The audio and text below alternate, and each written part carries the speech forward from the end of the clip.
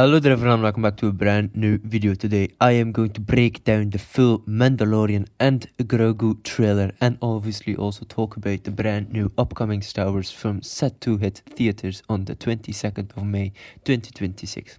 So the story and plot set after the fall of the Galactic Empire. The film follows Din Djarin, the Mandalorian, and his apprentice Grogu as they navigate a galaxy still plagued by scattered Imperial warlords. The New Republic, struggling to maintain peace, enlists their help to protect the fragile freedom won by the rebellion.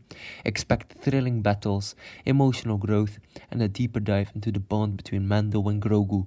The duo receives a new Razor Crest ship, obviously the older ship from the Mandalorian was obviously also the Razor Crest, but then the Mandalorian got a second ship, which was this Naboo starfighter, which in my opinion I didn't really like that ship. And now obviously we have a brand new updated Razor Crest, and dude, that's so much better. Like really, that's so much better. I'm a big fan of the Razor Crest. It's like a dope ship. Obviously it got destroyed in season 2, and season 3 was kind of mid from Mandalorian. Like, I still love Star Wars, I still do, but I thought season 3 was, I don't know, a bit of a miss. But anyway, the Mandalorian faces off against remnants of the Empire and even enters a gladiator pit featuring the monstrous Djaric creatures, and obviously also Rota the Hutt, from obviously the son of Jabba the Hutt, which we also saw in the Clone Wars.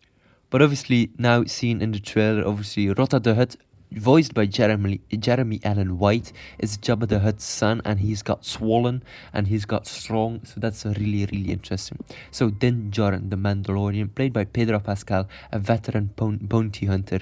Grogu, obviously an animatronic plus obviously VFX, force-sensitive child of Yoda's species, Ward, obviously played by Sigourney Weaver, New Republic colonel and former rebel pilot. Rota the Hutt, Jeremy Allen White, plays obviously Jabba the Hutt's son. We have an Imperial warlord played by Johnny Coyne, or Coyne, I don't know, leader of a rogue Imperial faction.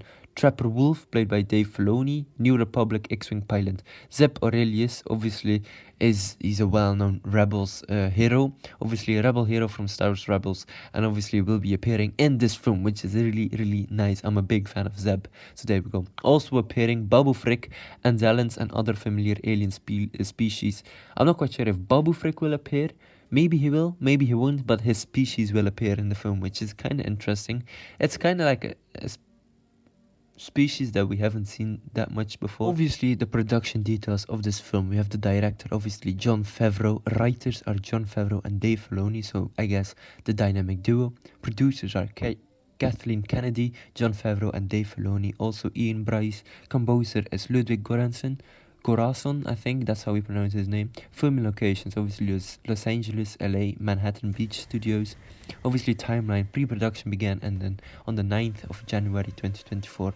Filming began at the 17th of June 2024. Post-production began at obviously March 26th, 2025. So Favreau emphasizes parenting and evolving heroism as central themes. The film explores the emotional journey of raising and mentoring a child in a chaotic world, mirroring real-life experiences of fans who grew up with Star Wars and now raise children of their own. Even though Star Wars is otherworldly, it should be very relatable on the human level. That parent-child relationship speaks to me, says Jon Favreau. Other themes include legacy and mentorship, rebuilding after conflict, loyalty and identity, humor and heart through Grogu's antics. This film continues the story from the Disney Plus series The Mandalorian 2019 to 2023.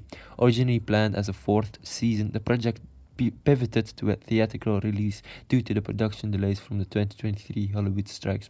It fits chronologically between Return of the Jedi and The Force Awakens, expanding the post-Empire era of the Star Wars universe, which is kinda really interesting. You'll be wondering, how will this connect to the plot lines of Ahsoka, Book of Boba Fett, and the sequels with Thrawn? So the upcoming The Mandalorian and Grogu film is designed to be a major connective thread in the evolving Star Wars timeline, especially within the so-called Mandoverse. Here's how it ties into Ahsoka, the Book of Boba Fett, and the broader sequel era narrative evolving Grand Admiral Thrawn. So obviously I'm very hyped about Ahsoka. That's my favorite character from Star Wars. So both Ahsoka and The Mandalorian season 3 occur around 11 ABY. So after the Battle of Yavin, obviously the destruction of the Death Star, or I guess the first Death Star.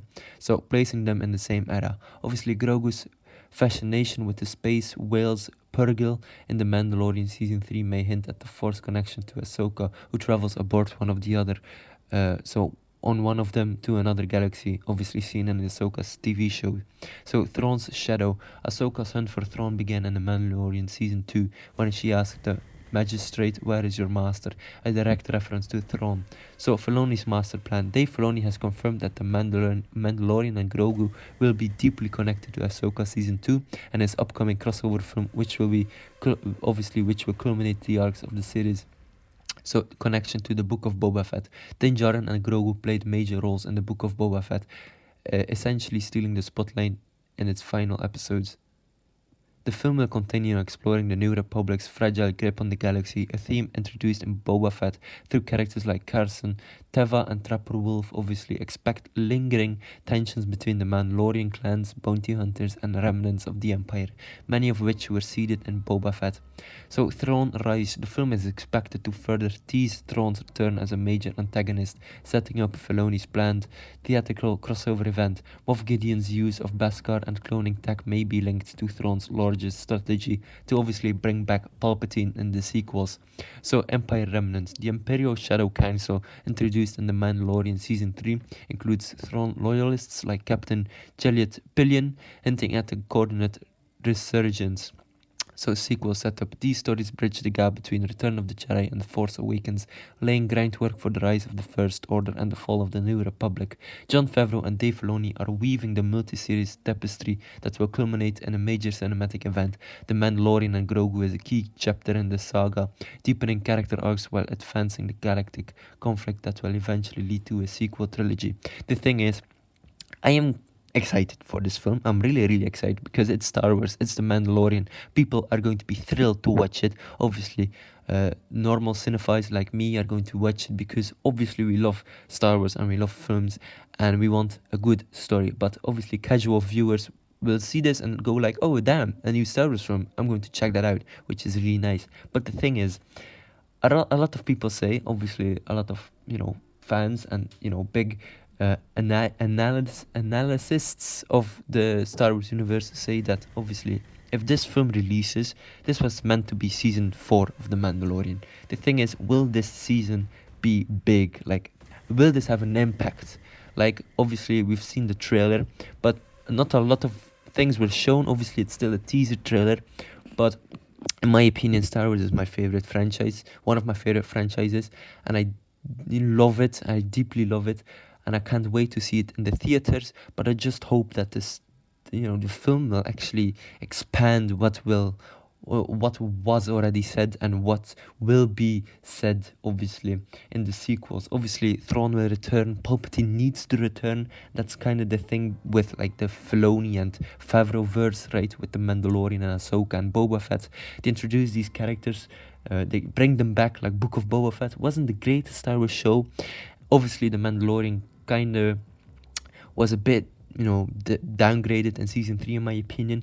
But I just want good, entertaining things and stories, right? Obviously, we have the brand new Star Wars Starfighter film coming up, obviously directed by Sean Levy, which is awesome with Ryan Gosling. It's not connected to a bigger thread or a bigger, storyline. It's just a brand new story, and I'm really excited for that too. But The Mandalorian and Grogu, Favreau and Filoni, they need to work together to make this brand new, connected, interwoven, I guess, sequel film with obviously where Ahsoka will end up and the rebels of, Ahsoka also will end up obviously with Zeb Orrelios, Sabine Wren, also Ezra and Hera and Jaden.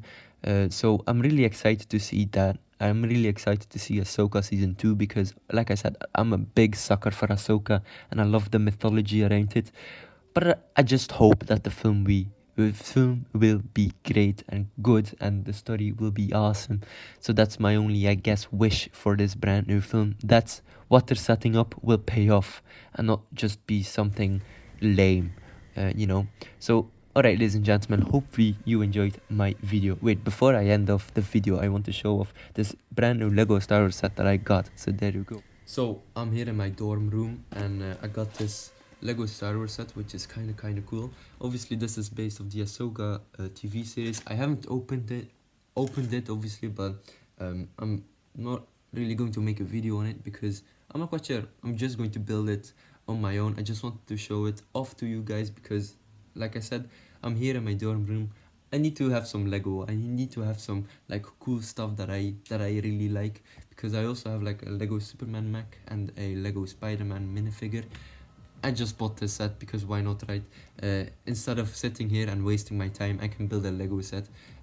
Obviously, I'm very excited for this set. It's not really that special, so I mean, I think, you know, I have much more fun talking about films and TV shows and movies than building a Lego set, because I don't know, it's kind of like, it brings me peace. So I just wanted to show it off, guys. Might end up buying some more Lego Star Wars sets. We just need to wait and see, but I'll keep you posted, guys. So alright, that's pretty much it for me today, ladies and gentlemen. Hopefully you enjoyed this video. Don't forget to like and subscribe. If you have any questions or thoughts or meanings from the brand new Star Wars film, obviously let them know down in the comment section below. If you want to see my built Lego Star Wars set, also let me know. And I guess that's pretty much it for me today, ladies and gentlemen. So I will say to you, this is the way. Goodbye, everyone.